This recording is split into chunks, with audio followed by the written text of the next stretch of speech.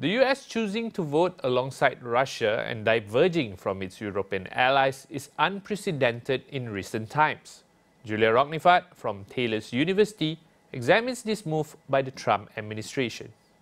With President Trump taking over the White House, I don't think there is anything to be surprised about, and he was pretty much upfront about what the contours of what he's going to undertake once in power. So in this context, which is broader than just the conflict between Russia and Ukraine, it's rather the movement not as much away from the US allies, in particular the European partners, but towards an agenda which was set by Donald Trump even before he was sworn in as the president of the United States. So not as much maybe as a realignment that we're talking about as President Trump pursuing the line that he deems fit for the United States in foreign policy, in line with his MAGA, Make America Great Again, and thus putting more priority into what's going on inside of the United States and pursuing this as a part of this agenda to stop the conflicts that became a black hole, a drain for the US resources. And it seems to be returning back to the priorities of his first term, which at the same time returns us to countering China, expansion of Chinese economic influence, also influence in security and military terms. Now, smaller nations,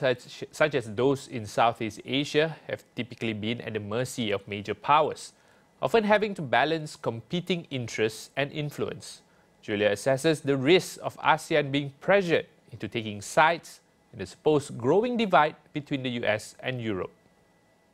From our point of view here in Southeast Asia and in Malaysia, we've looked at the EU and the European countries broader than EU, and at the US as one side, as a divide, as the parties that take one stance on a variety of matters.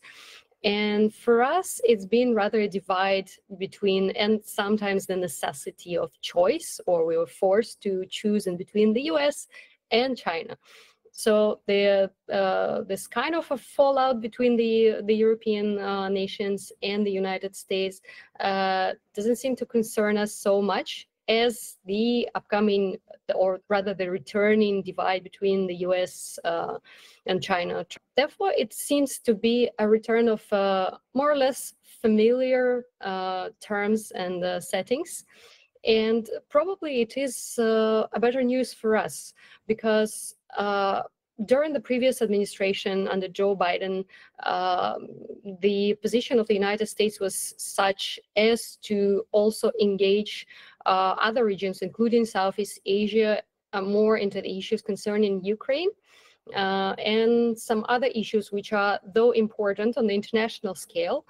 regionally they would be less important for us. So, for example, while Malaysia has its own stance in the international platforms like the United Nations, and by the way, we voted for the resolution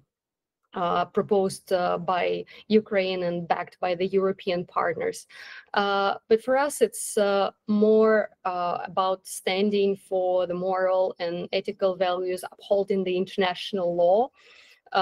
than siding with anyone in particular.